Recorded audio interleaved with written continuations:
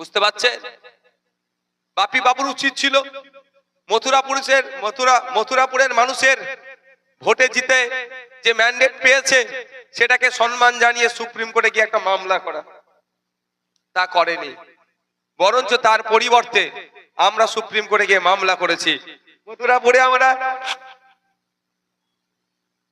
Contest করেছিলাম, 1 লক্ষের অধিক ভোট পেয়েছিলাম, কিন্তু জিততে পারিনি।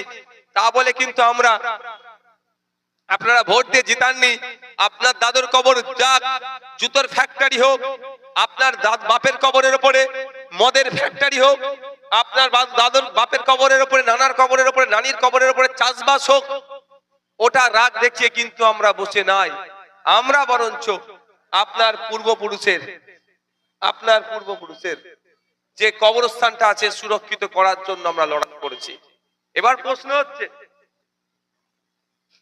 হচ্ছে আপনাদের যে ওয়াকফ সংশোধনী আইন কেন বাতিল করতে বলছি। দেখুন, অনেক কারণ আছে ভাই। আমার অত বলার এখন এনার্জি নাই, সিরিয়াস বলছি, আমার প্রচন্ড কষ্ট হচ্ছে। অনেক কারণ আছে। দ্য রিলিজিয়াস এন্ডোমেন্ট অ্যাক্ট 1863 সালে একটা আইন তৈরি হয়েছিল। ধর্মীয় এই সম্পত্তি রক্ষণাবেক্ষণ কিভাবে করবে।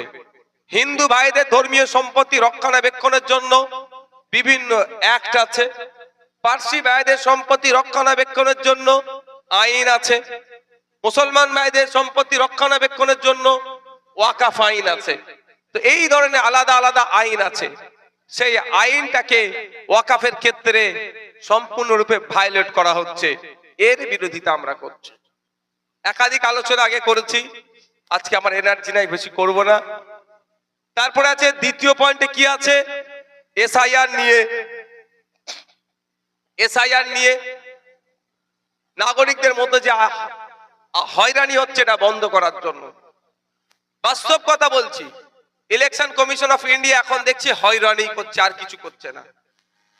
কারণ আমি আমার কথা বলছি, আমাকেও রিভেরিফিকেশন করতে হবে। তো রিভেরিফিকেশন ভয় পাবেন না, একটু হয়রানি করা হচ্ছে, একটু হ্যারাসমেন্ট করা হচ্ছে। আপনার বাড়ি সব কাগজ আছে, আবার একবার দেখতে চাইছে। আমারও কাগজ নতুন করে দেখতে, একটা কাগজ চেয়েছে, সাবমিট করতে হবে। আপনারা ভয় পাবেন না, নিশ্চিন্তে থাকুন। একটা বৈধ ভোটারের নাম যদি কাটা যায়, তার পাশে বাপি হালদার দাঁড়াক আর নাই দাঁড়াক, নওশাদ সিদ্দিকী তার পাশে দাঁড়াবে, তার হয়ে আইনি লড়াই করবে। এটা বলা যায়।